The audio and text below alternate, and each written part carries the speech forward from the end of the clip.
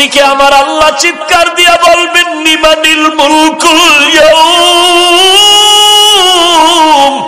লিল্লাহিল ওয়াহিদিল কাহ্হার। সমস্ত নবীরা কান্নায় বেকারার হয়ে যাবে।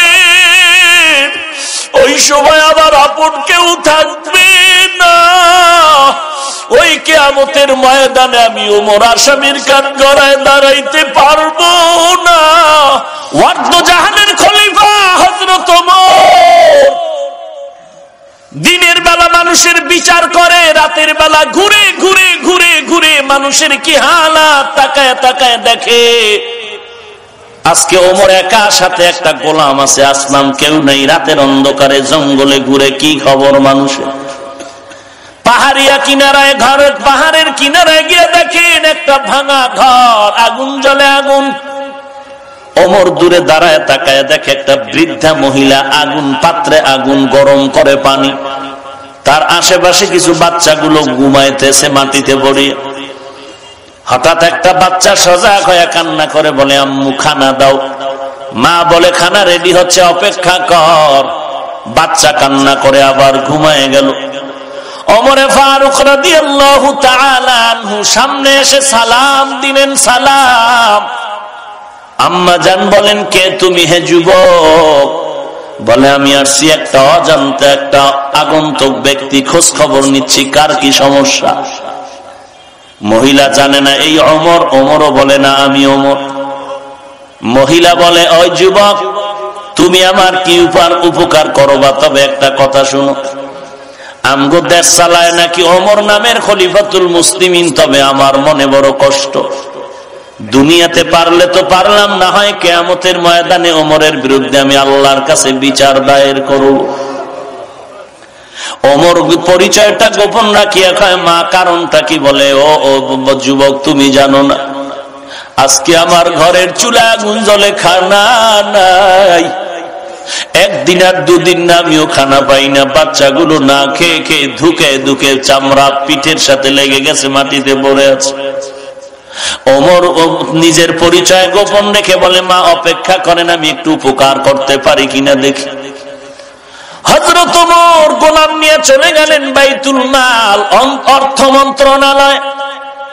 ওমর নিজের হাতে একটা আটার বস্তা রেডি করে গোলাম রে কয়, রে ও গোলাম, এই রাতের মধ্যে আটার বস্তা মহিলার কাছে নিব, আমার মাথায় দে।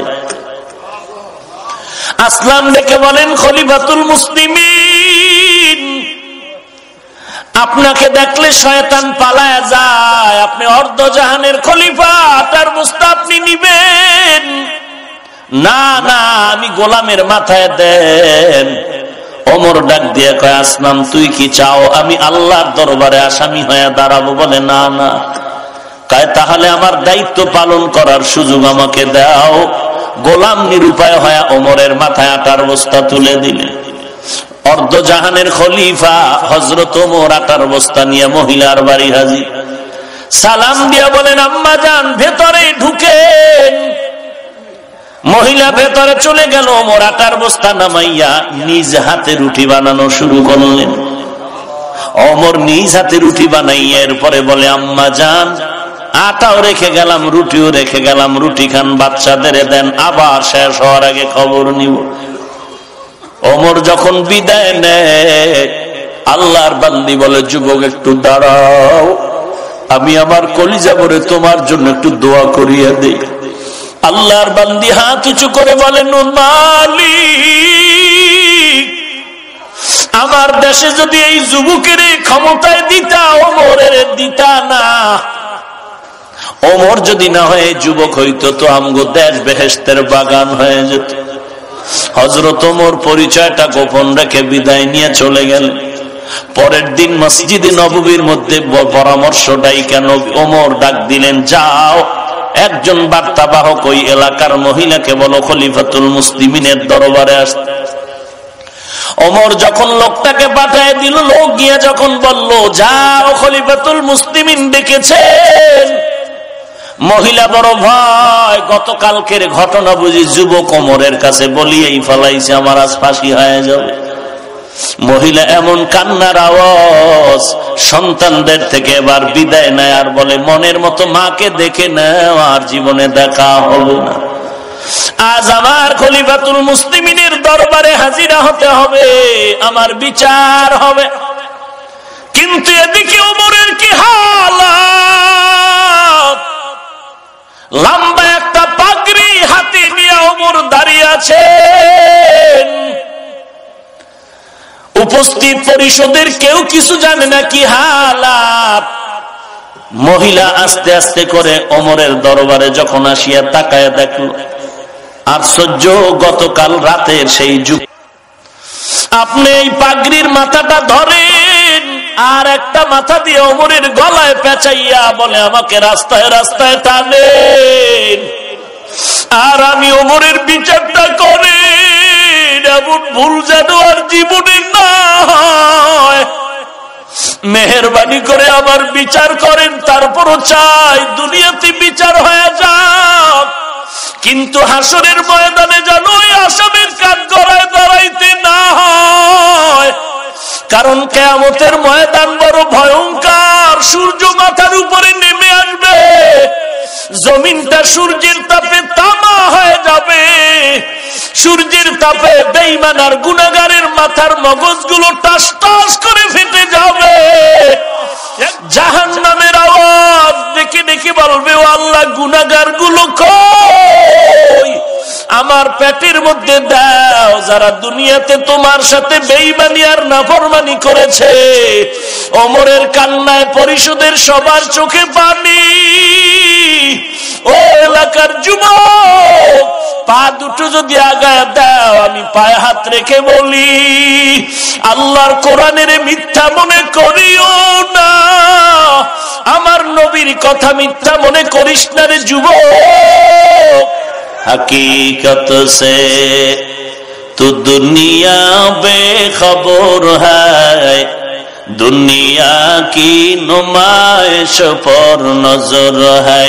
नमी गुयाम के आज दुनिया जुदा बस, बहर कारे के बाशी बा खुदा बाश। चिस्ते दुनिया आज खुदा गाफिल बुदन, मैं कमाशो नुकरा हो फरजिंद जन आब दरकश, ती हला के कश्तियास्त आब अंदर जीरे कश्ती पुष्टियास्त। ইমাম মাহদী আসবেন, তার পূর্বাভাস জমিনে এখন দেখা যাচ্ছে। এক সময় মানুষ ওয়াজ মাহফিল দিয়া মানুষ পাইতো না, আর এখন এক একটা প্রোগ্রামে মানুষের এত পরিমাণ উপচে পড়া ভিড়, বেশিরভাগ যুবকের সমাগম। যেই যুবক কখনো ওয়াজের প্যান্ডেলে আসার ছিল না, আজ আল্লাহর হাজার কোটি শুকর, ওই যুবক আজ স্কুল কলেজে পড়লেও দিনের এই সোহবতে আসার কারণে হাজারো লাখো যুবক আজ 5 ওয়াক্ত নামাজি হয়ে যাচ্ছে। ইয়া আইয়ুহাল্লাযীনা আমানুত্তাকুল্লাহা ওয়া কুলু কাওলান সাদীদা। ও দুনিয়ার মুমিন, তোমরা আল্লাহকে ভয় করো। 2 নম্বরে জবানের হেফাজত করো, আল্লাহর ভয় অন্তরে ঢুকাও। আল্লাহ পাকের ভয়ের নাম হলো তাকওয়া, আর এই তাকওয়া যার মধ্যে থাকবে তার নাম হলো মুত্তাকি। আল্লাহ বলেন, আমি কোরআন জমিনের মধ্যে পাঠানোর এক কারণ হলো যালিকাল কিতাবু লা রাইবা ফীহি হুদাল লিল মুত্তাকিন। কোরআন অবতীর্ণ করার এক কারণ হলো মুত্তাকি, যারা এদেরকে জান্নাতের পথ দেখাবে কোরআন। আল্লাহ বলেন, আমার দরবারে দামি ওই ব্যক্তি, ইন্না আকরামাকুম ইনদাল্লাহি আতকাকুম। আমার দরবারে দামি ওই ব্যক্তি যার মধ্যে থাকবে তাকওয়া, মানে আল্লাহর ভয়। আল্লাহর ভয় থাকলে কি হবে? বান্দার গলায় ছুরি আসবে, তারপরও কোনোদিন মা বাবার সাথে বেয়াদবি করবে না। আল্লাহর ভয় যার অন্তরে থাকবে, ওই বান্দার গলায় ছুরি আসলেও কখনো অন্যায়ের পথে পা বাড়াবে না। কারণ তার অন্তরে ভয়, যদি আমি গুনাহ করি আমি মরে যাওয়ার পরে পরকাল জিন্দেগিতে আসামির কাঠগড়ায় দাঁড়ায় জবাব দিতে হবে। এই ভয় অন্তরে ঢুকাও। আর এই অন্তরে আল্লাহর ভয় তাকওয়া ঢুকানোর জন্য একমাত্র মাধ্যম হলো আল্লাহ ওয়ালার সাথে সম্পর্ক গড়াও। সোহবতে সালে তোরা সালে কুনাত, সোহবতে তালে তোরা তালে কুনাত জমানা, সোহবতে বাউলিয়া বেহতর আজ সদ সালে তাআত বেরিয়া।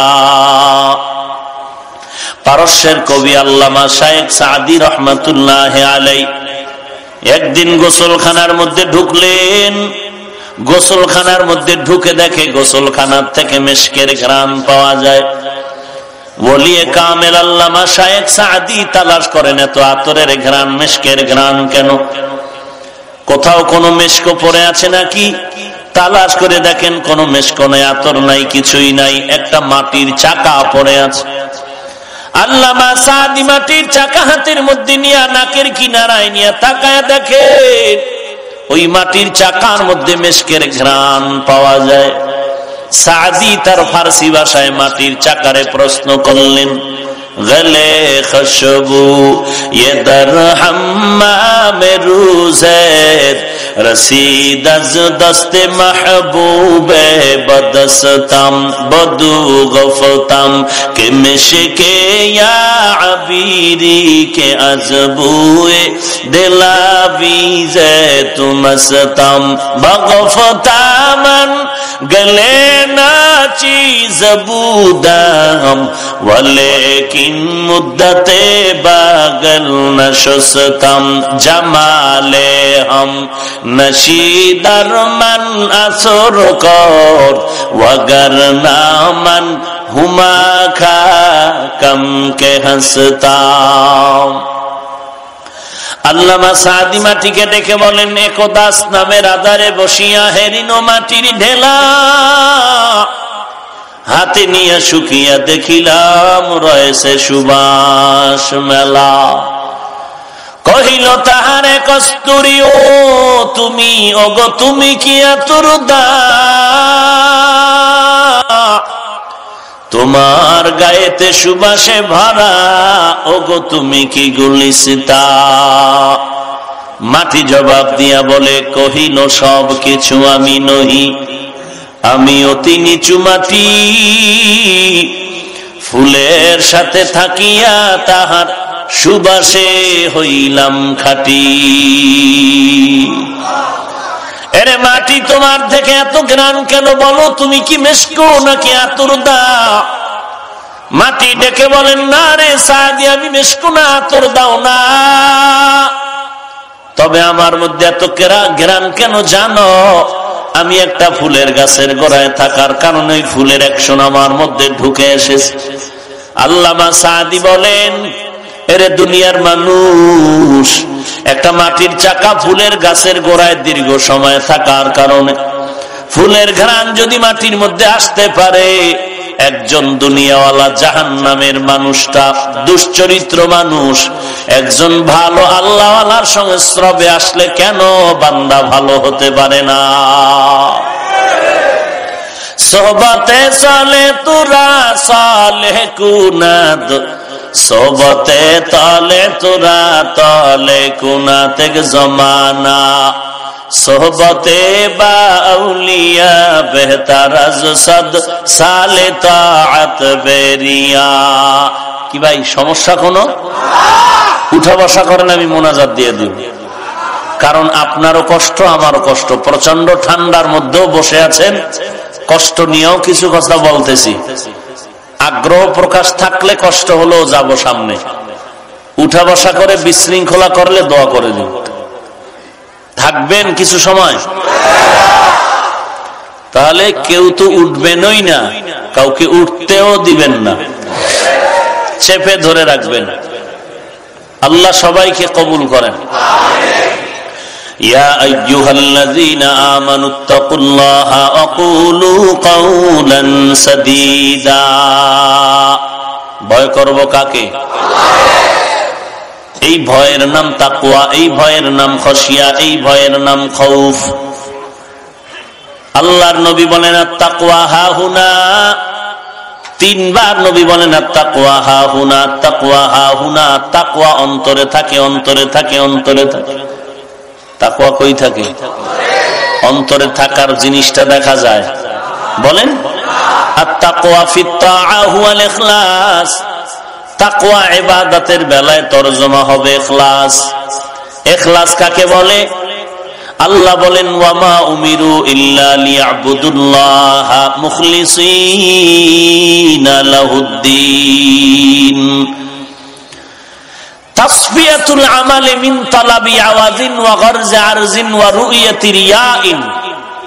ইখলাস এমন একটা আমল যেটা কোনো দুনিয়ার বিনিময়ে করবে না, আল্লাহর মুহাব্বতে করবে, কোনো উদ্দেশ্য নিয়ে নয়, বিনিময় ছাড়া করবে, আল্লাহর মুহাব্বত নিয়ে, দুনিয়ার গরজে নয়, কাউকে দেখানোর জন্য না। যা করব কার জন্য? ইন্না সালাতি ওয়া নুসুকি ওয়া মাহইয়ায়া ওয়া মামাতি লিল্লাহ ওয়া মামাতি লিল্লাহি রাব্বিল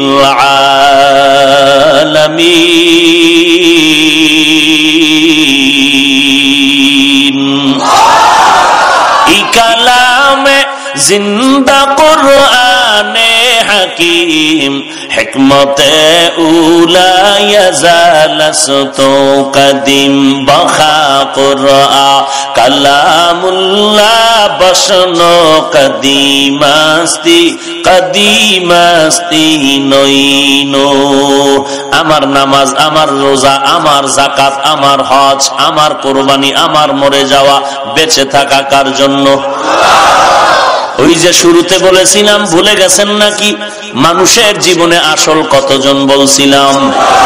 এক নম্বরে কে? তারপরে কে? আল্লাহ আমার আসল, নবী আমার আসল, আমার মা বাবা ভাই বোন পীর আমার ইমাম, কেউ আমার আসল না, আসল না, আসল না। তো কি তারা বলে? বেশি থেকে বেশি তারা আমার আপন। আব্বা আপন, মা আপন, পীর আপন, ওস্তাদ আপন, ইমাম আপন। তবে এখানেও কথাটা ভুলবেন না, আমার পীর সাহেবকে আমি আপন মনে করি, আব্বা আম্মাকে আপন মনে করি। এই যে আমি ইমাম সাহেবকে আপন মনে করি কতক্ষণ, এটাও মনে রাখবেন। আমার পীরকে আমি আপন মনে করি ততক্ষণ, আমার পীর আমার আসল ঠিক রাখবে যতক্ষণ। আসল কে?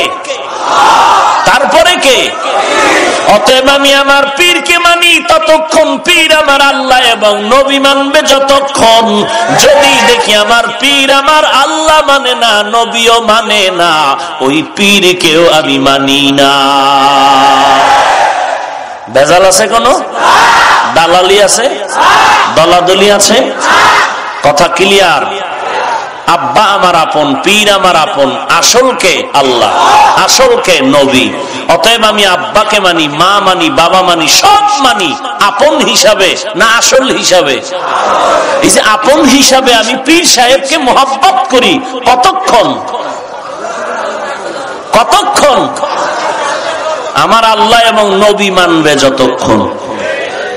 এই কথা যদি আপনারা দিলে রাখেন, তাহলে কোন গাঞ্জাখোর পীরকে আপনি পীর মানবেন না। সিনেমা হল আসেনি বাংলাদেশে? সিনেমা হল যুবকেরা খাও না কেন? সেখানে জিকির আজকার হয়, কি হয়? গান বাজনা হয়, বেপরদার নাচ, ঠিক নি? এই গান বাজনা আর বেপরদার নাচ যদি কোনো পীর সাহেবের দরবারে হয়, আসেনি বাংলাদেশে এমন কোন দরবার?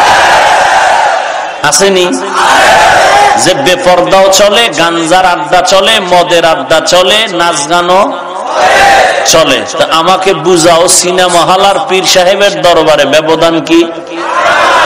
একটু আছে। কি আছে? সিনেমা হলে টিকিট লাগে, দরবারে টিকিট লাগে না। আর একটা আছে। সিনেমা হলে তবারক নাই, এই দরবারে তবারক আছে। তবারক নাম দিছে কেন? মোবারক মিয়া পাকাইছে তো, এই জন্য তবারক নাম দিছে। হ্যাঁ, আল্লাহ কুদরতের হাতে আমাদেরকে হেদায়াত দান করুন। ঢাকা দোহার একটা থানা আছে, কি থানা? ওখানে একজন বাবার আবির্ভাব হলো, যেই বাবা বাইতুল্লাহ বানাইছে, এটার নাম দিছে হজ বাবা। কি বাবা?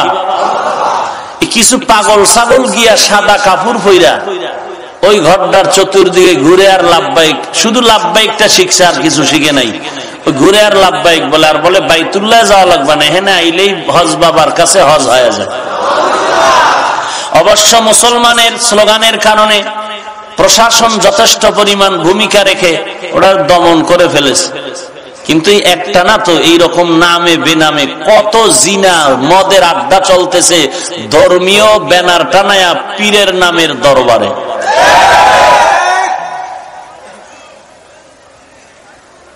সমস্যা হয় নাকি? আবার আসিও তো এই দরবারওয়ালা এক থানায়।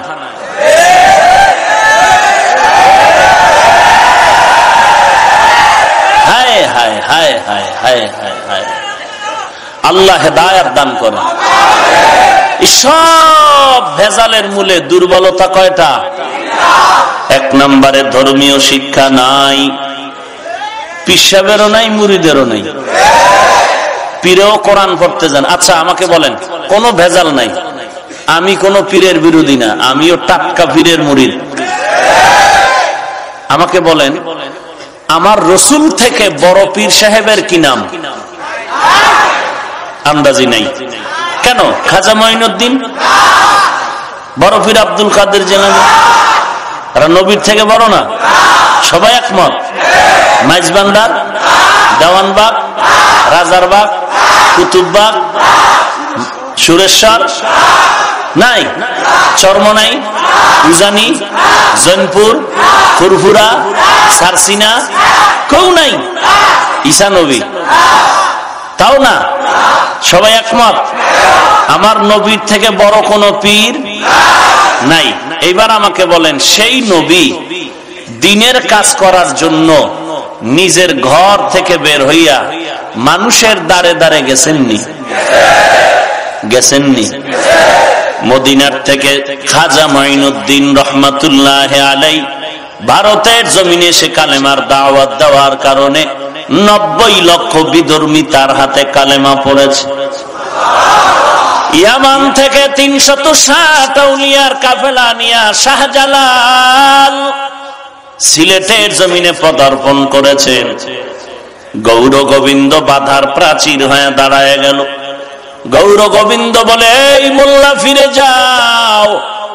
শাহজালাল ডাক দিয়া বলে, মুসলমান যে কদম সামনে দেয় আর পেছনে ফেরত নেয় না। সামনে যাব, পেছনে নয়। গৌরব হবে। শাহজালাল বলে, যুদ্ধ হবে।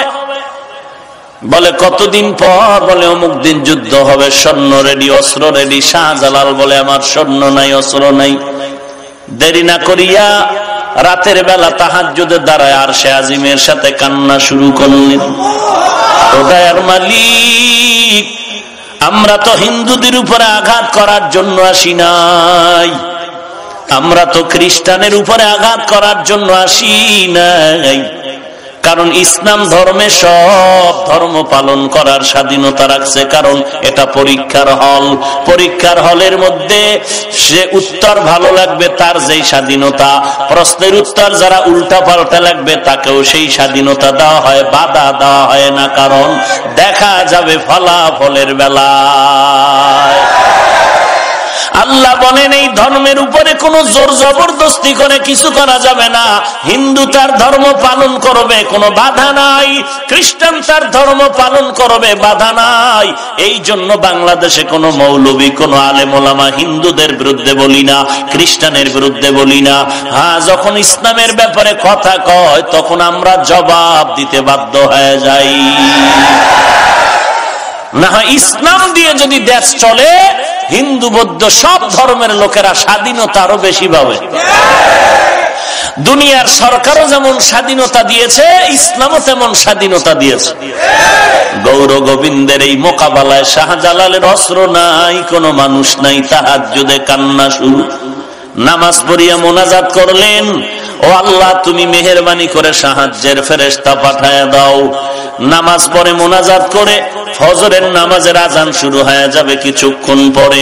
শাহজালাল শাহ আউলিয়াদেরকে নিয়ে বললেন, এই ময়দানের মধ্যে এমন একজন ব্যক্তি আছেন নাকি যে জীবনে জামাত ছাড়া নামাজ পড়েন নাই, যার জীবনে জামাত ছুটে নাই? নাসিরউদ্দিন নামের একজন ওলি কামেল দাঁড়ায় গেলেন আর বললেন, ও আমার শায়েখ, আমি নাসিরউদ্দিন জীবনে যতবার বালেগ হওয়ার পরে নামাজ পড়েছি, একটা নামাজও জামাত ছাড়া পড়ি নাই। শাহজালাল বলে, দেরি নাই, আপনার পবিত্র জবানে ফজরের আজানটা দিতে হবে। যখন নাসিরউদ্দিন নামের ওলি কামেল দাঁড়াইয়া ফজরের আজান দেওয়া শুরু করলেন, সাথে সাথে গৌর গোবিন্দের জমিনে জালজালা শুরু হয়ে গেল। আজান চলতেছে, গৌর গোবিন্দের জমিন কাঁপতেছে কাঁপতেছে। আজানটা শেষ হতে না হতে গৌর গোবিন্দ ধ্বংস হয়ে গেল।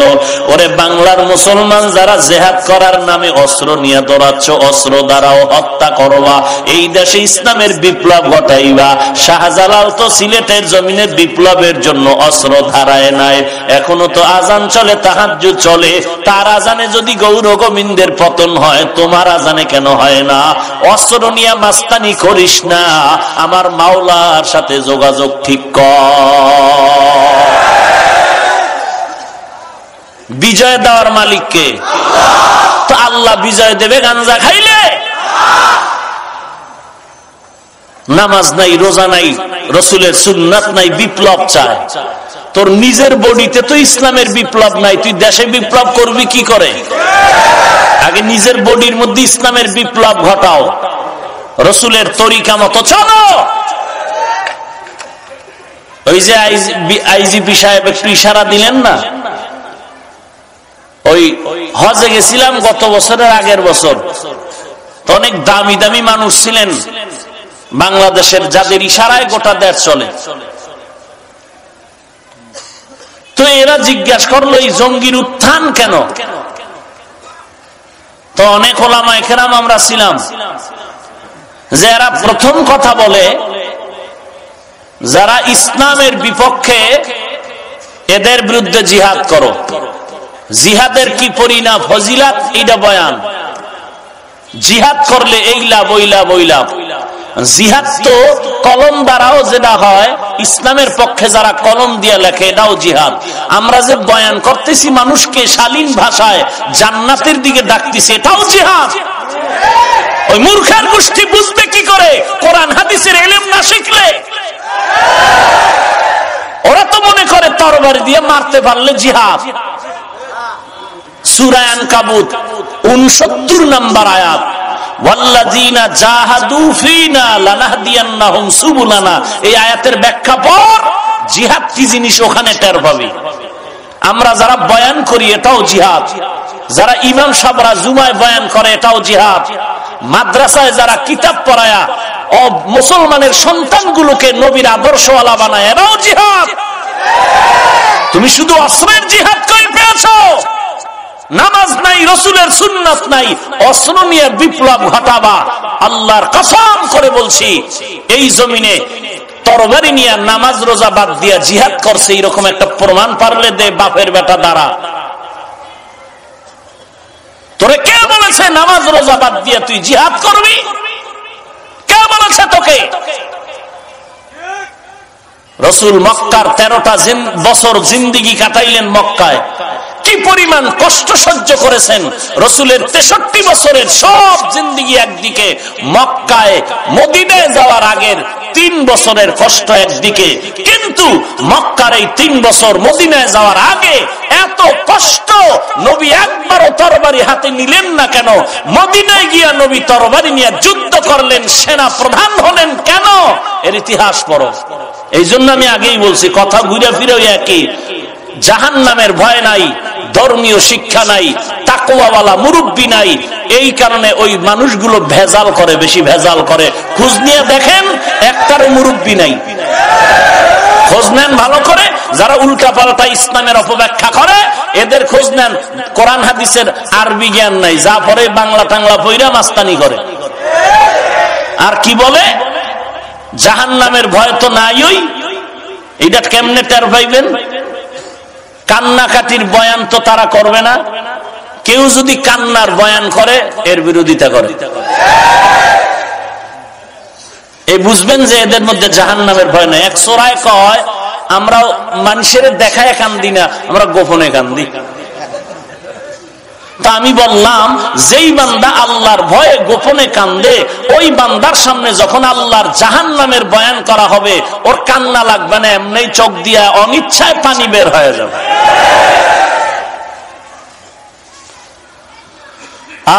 শরীয়তপুরের মানুষকে একবার বলছিলাম যে শরীয়তপুরে শরীয়ত গেল কই?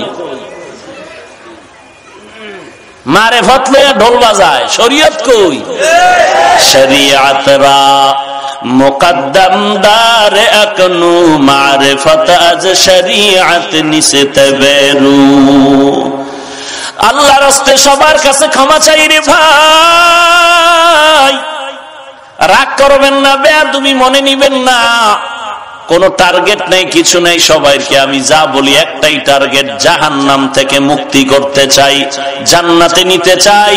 জাহান্নামে গেলে বান্দা জাহান্নামী বান্দা জান্নাতে যাইতে হলে গুনাহ করা যাবে না। ওরে নবীর উম্মতের দল, আর এই গুনাহ থেকে বাঁচার জন্য একটা মেডিসিন আপনার লাগবে, তার নাম তাকওয়া। কার ভয়? وَأَمَّا مَنْ خَافَ مَقَامَ رَبِّهِ وَنَهَى النَّفْسَ عَنِ الْهَوَى فَإِنَّ الْجَنَّةَ هِيَ الْمَأْوَى। আর একটু সামনে আগাই। আল্লাহর ভয় কাকে বলে? ওমরে ফারুক রাদিয়াল্লাহু তাআলা আনহু তরবারি নিয়ে দৌড়ায়, নবীর গর্দান কাটবে। কি পরিমাণ টেররিস্ট, টপ লেভেলের টেররিস্ট হযরত ওমর। কারণ বিশ্ব নবীর গর্দান আনতে যায়, বিশ্ব সন্ত্রাসী ছাড়া কেউ নয়। কিন্তু হেদায়েতের মালিক কে? মান ইয়াহদিল্লাহু ফাহুয়াল মুহতাদ ওয়া মান ইউদ্লিল ফালান তাজিদ লাহু ওয়ালিয়াম মুরশিদা। আল্লাহ বলেন আমি যাকে হেদায়েত দিব সে হেদায়েত পেয়ে যাবে, আর যার কপাল বড় খারাপ ওই বান্দা তো হেদায়েত পাবেই না। হেদায়েত পাওয়ার মতো কোন পথ প্রদর্শক জীবনে খুঁজে পাবে না। ওমরের মতো গোলাম রাহমাতুল লিল আলামিনের কাছে গিয়া বান্দা এমন নরম হয়ে গেলেন, যেই ওমর তরবারি নিয়ে নবীর মাথা আনার জন্য দৌড়ায়, ওই নবীর হাতে কি হাত দিয়া ওমর কালেমা পড়ে মুসলমান হয়ে গেলেন। মুসলমান হওয়ার পরে বাইতুল্লাহর কিনারায় তরবারি নিয়ে দাঁড়ায় বলে, রে বেঈমান, ওমরের সামনে দাঁড়ায় যাও। 5 মিনিট আগে ওমর ছিল তোদের বন্ধু, আজ আমি মুহাম্মদের বন্ধু হয়ে গেলাম। আমি ওমরের তরবারি যথেষ্ট বেঈমানের মোকাবেলার জন্য। এই ওমর কেমন এক ব্যক্তি, বালিশে মাথা লাগায় একটু চিন্তা করবেন। একটা মানুষ মাত্র হযরত ওমর, তারা দেখলে শয়তান অন্যদিকে যায়।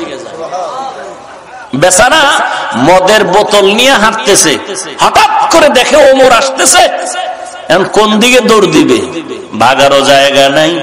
মনে মনে বান্দা তওবা করে আর বলে, আর জীবনে মদ খামু না, ওমরের তরবারি থেকে বাঁচাও। কারণ ওমরের এমন মেজাজ, কথার আগে তরবারি রেডি হয়ে যায়। আল্লাহ তুমি ওমর থেকে বাঁচাও।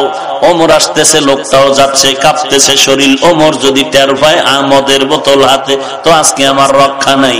ঠিকই ওমর সামনে একা, এই বেটা ওই বোতলের মধ্যে কি? ও কাঁপতেছে, কয় দিকে দে। হঠাৎ তাকায় দেখতেছে আল্লাহর কুদরত, তাকায় দেখতেছে বোতলের মধ্যে, পুরা বোতলের মধ্যে সাদা দুধ। লোকটা জায়গায় তওবা করে মুসলমান হয়ে গেল। সেই ওমর আল্লাহর কেমন ভয় করিয়া চলে। জমিনের মধ্যে নবীর সাহাবায়ে কেরামের মধ্যে 10 জন সাহাবা জান্নাতের ওপেন গ্যারান্টি কার্ড পাইছেন দুনিয়াতে থাকা অবস্থায়।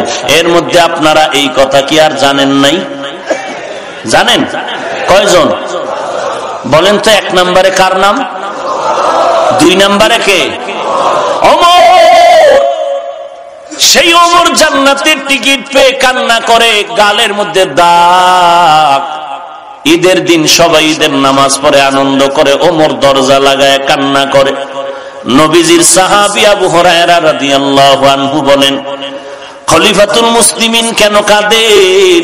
আনন্দ করবেন। বলে, আনন্দ তো ওই ব্যক্তি করবে যার কোনো চিন্তা নাই, পেরেশানি নাই। আপনার কিসের চিন্তা? বলে, রমাজানে রোজা রাখলাম, কবুল হলো কিনা চিন্তা। কোরআন তেলাওয়াত করলাম, কবুল হলো কিনা চিন্তা। তারাবির নামাজ পড়লাম, কবুল হলো কিনা চিন্তা। জাহান্নামের আগুন থেকে নাজাত পাইলাম কিনা চিন্তা। আবু হুরায়রা বলেন, খলিফাতুল মুসলিমিন, জান্নাতের 10 জনের মধ্যে আপনি একজন, আবার কেন চিন্তা করবেন? ওমর কান্না করে বলে, ভাই আবু হুরায়রা, যেই আল্লাহ জান্নাতের টিকিট দিয়েছেন, ওই আল্লাহ যদি আমি ওমরের উপরে কোনো কাজের কারণে বেজার হয়, আবার আল্লাহ ওই খবর আর টিকিট ফেরত নিয়ে যেতে পারে। সেই ওমর আল্লাহ তাআলা তাকে কেমন ভালোবেসেছেন। আল্লাহর নবী বাইতুল্লাহ তাওয়াফ করে 2 রাকাত নামাজ পড়বেন, কোন জায়গাটায় নামাজ পড়বেন চিন্তায় পড়ে গেলেন। ওমর কয়, আবার আপনাদের আমাদের নবী ইব্রাহিম নবী যেই পাথরের উপরে দাঁড়ায় বাইতুল্লাহ বানাইছেন, এটাকে মাকামে ইব্রাহিম বলে। ওই মাকামে ইব্রাহিমের পেছনে আমরা 2 রাকাত নামাজ পড়লে ভালো। নবী চিন্তায় পড়ে গেলেন, কোথায় পড়ি? আল্লাহ কি সিদ্ধান্ত দেয়? জিবরাইল আমিন এসে বলেন, নবী গো, আল্লাহ বলছেন ওমর যেই কথা বলছে আল্লাহ তার সাথে কথায় রাজি, আপনি নবী ও ওমরের কথায় রাজি হয়ে যান। তরবারি নিয়ে নবীরে মারতে আইয়া সেই ওমর কই যায়? আল্লাহর কোরআন পরে ঠগি নাই, টুপিদারির কারণে সম্মান কমে নাই। আজকে তোমাকে পায়ে ধরে ধরে বলি, টুপি পরো, নামাজ পড়ো, তুমি রাজি হও না। অথচ আমাকে কোটি টাকা দিয়ে যদি বলো, হাফিজ ভাই দাড়িটা কাটো, নামাজ ছাড়ো, জীবনে ছাড়বো না। গলায় ছুরি আসবে, মরে যাব, জীবনে টুপি ফালাইব না। তুমি মুসলমান, আমিও মুসলমান। তুমি যে আল্লাহ মানো, আমিও সে আল্লাহ মানি। তুমি যেই নবী মানো, আমিও সেই নবী মানি। তুমিও যেই আল্লাহর কোরআন মানো, আমিও সে আল্লাহর কোরআন মানি। তুমি যেই বাইতুল্লাহরে মানো, আমিও সেই বাইতুল্লাহরে মানি। এরপরও তোমার পায়ে হাত দিয়া বুঝানোর পরও কেন তুমি নামাজ পড়বা না, টুপি পড়বা না? আর আমি কেন টুপি ফালাই না, দাড়ি ফালাই না, নামাজ ছাড়ি না, বেপরদায় চলি না? রে বাবা, এই শীতের মধ্যে ফজরের সময় ঠান্ডা পানি দিয়ে ওযু করিয়া ফজর পড়তে কতই না কষ্ট। এরপরও 1 ওয়াক্ত নামাজ ছাড়ার কোনো চিন্তাও নাই রে বাবা। কারণটা কি? তোমারে পায়ে ধরার পরেও তুমি নামাজ পড়ো না, আর আমি জীবনে নামাজ ছাড়বো না। কারণ কি? একমাত্র কারণ জাহান্নামের আগুনের ভয়। আমার নবী বলেছে, গুনাহগার যদি অন্ধকার কবরে যাও, একটা বেতের বাড়ি হাতে দিলে সহ্য করতে পারো না রে যুবক। গুনাহ নিয়ে কবরে গেলে কবরের 2 পার্শ্বের মাটির চাপ কেমন করে সহ্য করবি রে যুবক? সূর্যের গরম সহ্য করতে পারো না, ওই কবরে গুনার কারণে জাহান্নামের আগুন কেমন করে সহ্য করবি রে বাবা? পা দুটো যদি আগায় দাও, পায়ে হাত রেখে বলি, নামাজ ছাড়িও না, আল্লাহর কাছে তওবা করো। তোমার মতো যুবক স্কুলে পড়ে, কলেজে পড়ে, 1 ওয়াক্ত নামাজ বাদ দেয় না, অভাব নাই।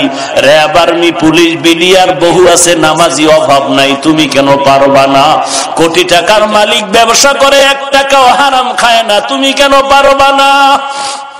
ড্রাইভারি করে, কৃষি কাজ করে, শ্রমিকের কাজ করে, যুবক নামাজ ছাড়ে না, তুমি কেন পারবা না রে বাবা? স্কুল কলেজের বহু শিক্ষক নামাজ পড়ে, শিক্ষিকা নামাজ পড়ে, তুমি কেন পারবা না? প্রত্যেকটা কলেজের পাশে কিন্তু মসজিদ আছে অথবা নামাজের ঘর আছে, এরপরও তুমি কেন নামাজ পড়বা না? যদি বান্দা তুমি জাহান্নামের আগুন সহ্য করতে পারো, তো বয়ান শোনা লাভ নাই, গুনাহ করতে থাকো।